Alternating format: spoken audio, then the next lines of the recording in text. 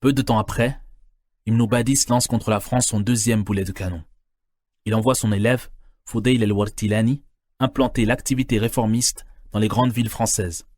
El-Wartilani crée l'association Nadi Tahdhib à Paris, qui est une sorte de branche de l'association des ulama musulmans algériens. Très rapidement, elle compte 11 centres.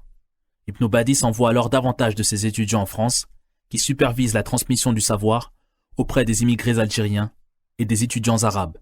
Cette initiative s'inscrit sans aucun doute parmi les premiers pas de l'institution du plaidoyer islamique en Europe. En 1938, le ciel de la politique internationale s'assombrit. Une deuxième guerre mondiale est sur le point d'éclater. La France veut alors s'assurer de la loyauté des Algériens. Les savants proches du gouvernement et différentes confréries soufis envoient des télégrammes de solidarité avec la France. En revanche, c'est le silence radio du côté de l'association des ulama musulmans algériens, ce que la France n'apprécie guère.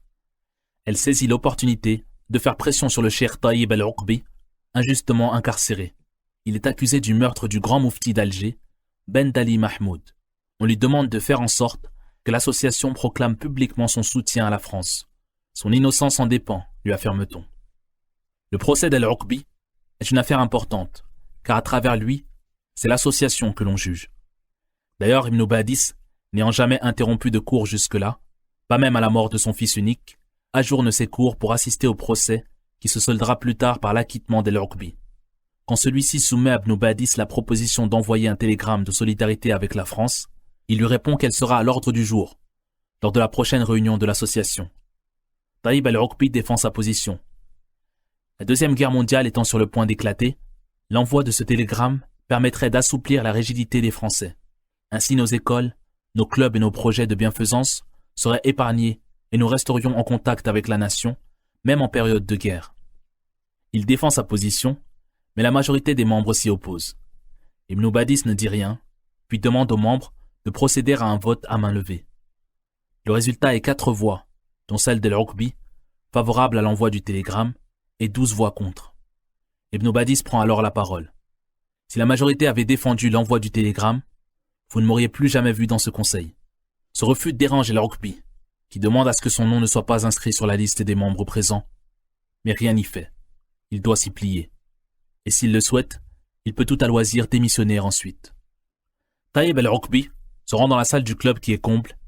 Il monte sur l'estrade, prend le micro et déclare que son nom devrait être rayé de la liste des membres de l'association puisqu'il est injustement inculpé de meurtre, ce qui le disqualifie sur le plan religieux de toute appartenance à une association de ulama. D'autre part, il dit « Il y a un différend entre mes frères membres de l'association et moi. Je ne peux plus travailler avec eux, mais je ne peux vous le divulguer maintenant.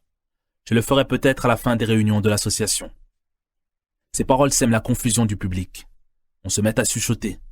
C'est alors qu'Ibn Badis se lève, monte à son tour sur l'estrade, prend le micro et dit « Le cheikh al-Oqbi a demandé au conseil d'administration de l'association de ne pas inscrire son nom sur la liste, mais le conseil a refusé parce qu'il ne voit aucune raison de le faire. Le cheikh a ajouté qu'il est en désaccord avec les membres et pour lever l'ambiguïté, je vais vous révéler la raison de ce différend. Le cheikh propose que l'association témoigne sa loyauté à la France pour gagner sa satisfaction et se protéger contre son ingérence. Tout le monde a refusé cette proposition, moi en premier. J'annonce que je ne suis pas loyal à la France. Comment le puis-je, alors que nos écoles arabes libres sont fermées et que ses professeurs sont emprisonnés? Comment puis-je être loyal, alors que nos mosquées sont interdites aux savants, qui enseignent à la nation et la guident?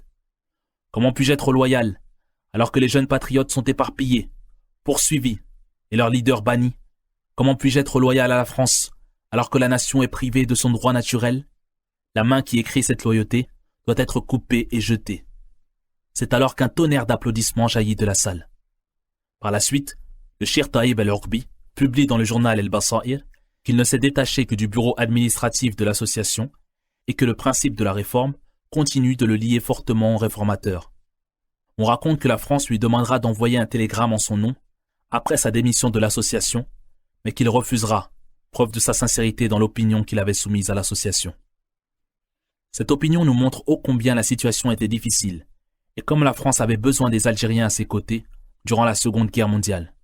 Nous comprenons alors pourquoi il était important pour Ibn Badis et ses compagnons de ne pas céder, quelles que soient les manœuvres du colonisateur.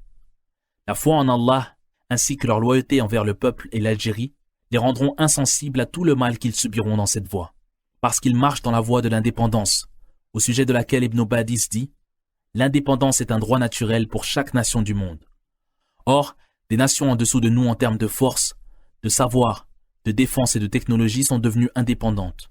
Nous ne sommes point de ceux qui prétendent la connaissance de l'invisible avec Allah, ni de ceux qui affirment que l'état actuel de l'Algérie va perdurer ainsi à jamais.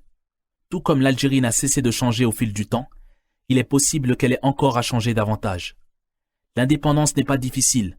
Il est même possible qu'arrive un jour où l'Algérie atteindra un niveau élevé de prospérité matérielle et intellectuelle, et que de façon générale, la politique coloniale change, et plus particulièrement la politique française, pour que l'Algérie devienne si indépendante que la France ait à reposer sur elle, comme on le fait d'égal à égal.